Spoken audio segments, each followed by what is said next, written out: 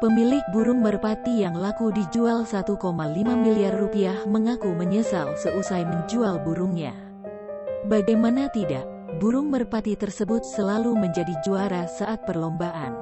Pemilik pun mengaku menyesal menjualnya dan sempat tak bisa tidur. Dilansir tribunjateng.com, pemilik sebelumnya adalah Muhammad John, 37, warga Wonopringgo, Kecamatan Wonopringgo, Kabupaten Pekalongan, Jawa Tengah. John mengatakan, dirinya telah 21 tahun bergelut dengan merpati, khususnya merpati kolong. Hingga akhirnya burung tersebut dibeli oleh orang Jakarta dengan harga 1,5 rupiah miliar. Ia pun mengaku menyesal menjual burungnya hingga tak bisa tidur lantaran sangat menyayangi burung merpatinya tersebut.